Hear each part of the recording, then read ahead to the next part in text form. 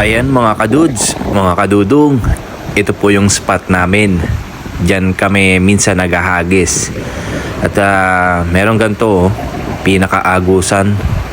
Nanggagaling po yan dun sa may kabilang dagat na area. So napakalalim po niyan. Kitang-kita nyo naman po, napaka-blue.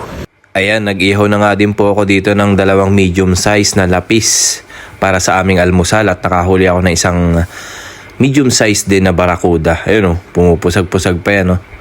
Ito ang aming architect, si Jansen at si Sir I Fishing TV.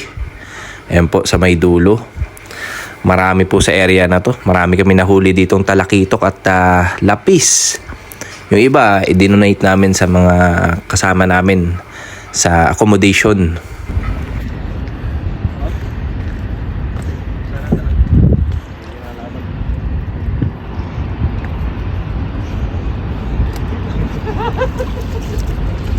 Hindi nga nasunod.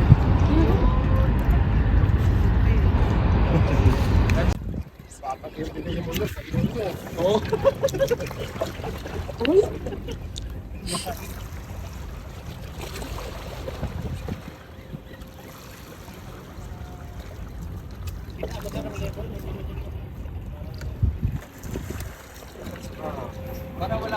Fish on, lapis.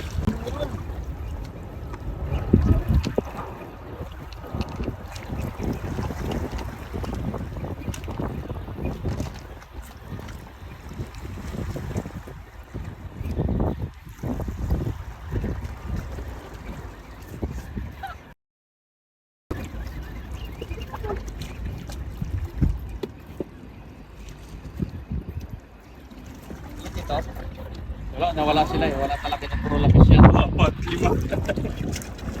Pagka lapis, balik na yan. Ibigay ito sa bahay niya. Yan, dami yan.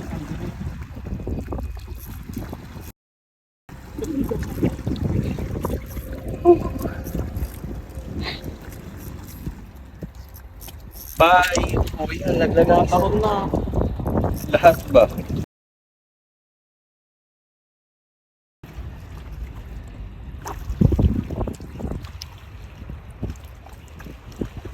Cut.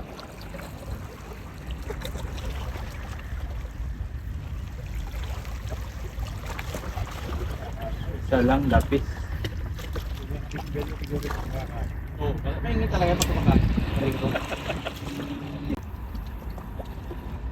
Huli na naman po, mga kadudok. Dalawang lapis.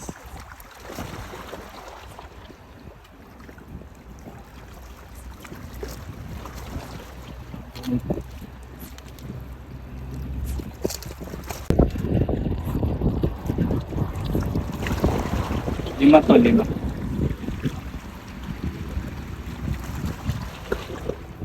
Wow.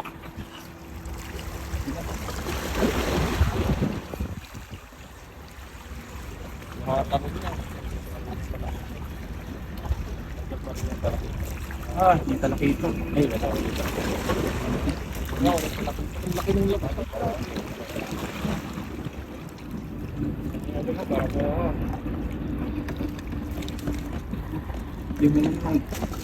Pindutin mo yung puti.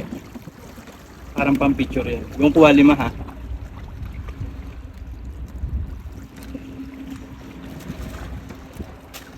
Yung tanggalin sa taas. Ha? Yung sa taas. Sa taas. Sa patag. Pero may ano dito. Pero kaya hulihin niya ng 20 grams na buwan kahit anong klaseng jigat na naman.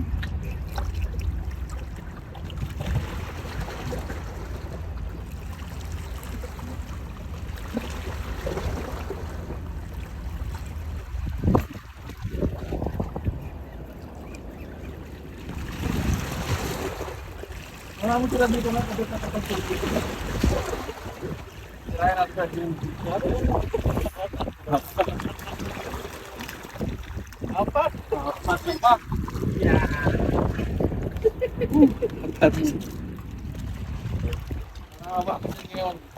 Tuwan-tuwa na naman madodonatan ito.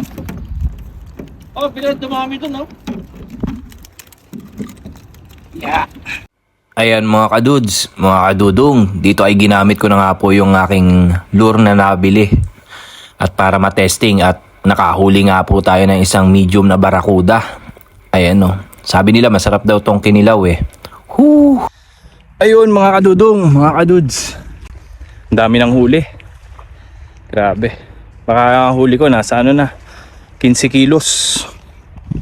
Dami po dito. Kantuhan kasi yan. Ayan o, kita nyo agad pag ano, blue. Blue na yung ngayon, kabila.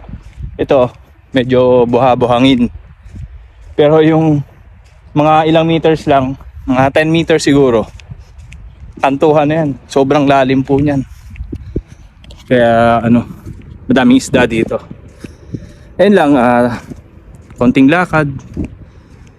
Mga ano siguro, 3 minutes. Sunduin ko yung isang tropa at marami daw bit-bit.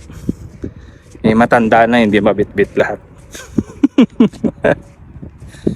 Yung ano po namin yun, yung architect namin. Marami daw bit-bit. Nagpapasundo sa kanto. Yan po, layo po. Doon pa, tapos yun alakarin ko. Yun sa may dulo na yun. Dami po dito. Ito na po yung pinakadulo. Muharak area na to. Dito malapit na yung airport. Dito banda yung airport.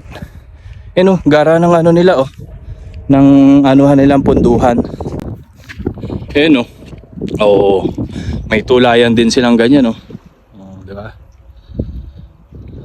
Diyan sila tutulay, tapos punta sila sa bangka. Yun po yung mga ano na mga mangingisda dito. Astig. Yung pinakagurgor, yung hulihan ng mga limasag. Ganda din mga ano nila, mga ginagamit nila pangingisda. May bahay-bahay dito. May kubol. Kasi ang bahayan na yan. Minsan doon, namimingwit din kami sa dulo na yun. Madami po din doon. Mga talakitok. Dito, first time namin sa ngayon. Aba, malupit mamimingwit ka na lang maglalakad ka pa sa red carpet. Diba? Ganyan sila dito. Maglalakad ka pa sa red carpet. Ang ganda niya sa dulo stick. Mamimingwit na lang, naka red carpet pa Hindi lang masyadong kita dahil maalikabok na. Pero hanggang doon yan sa may kalsada. Ito nga naka green ano pa siya green tela na sahig. Ayan, lawak po yan. Dry dock ng mga ano nila, bangka nila dito. Yun saan ka pa? Naka red carpet si Papa Dudong, mamimingwit lamang. Red carpet pa. Sana all. Ayan, yung mga bangka. Yung iba sira na hindi na nagagamit. May ano dito, pinakaagusan. Wala, hindi kasi ako dito nagdaan sila dito nagdaan, doon ako sa kabila nagdaan. May agusan. Hanggang doon po yan.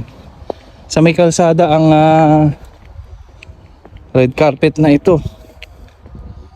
At susunduin ko po yung aming puging-puging architect na hindi daw po kaya yung bitbitin at nananakit na mga kasukasuhan.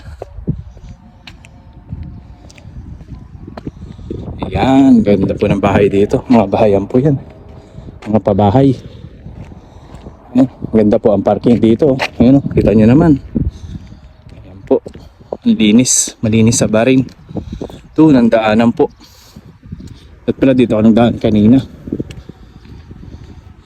So, sunduin po natin ang ating architect. Ayan po ang aming architect na nananakit ang kasukasuhan, nagpasundo ng bitbitin. Say hi naman. Hello! Painkiller! May move na Sa katulad ko. Ayan. So tara na, let's go. Magluto na tayo ng lunch.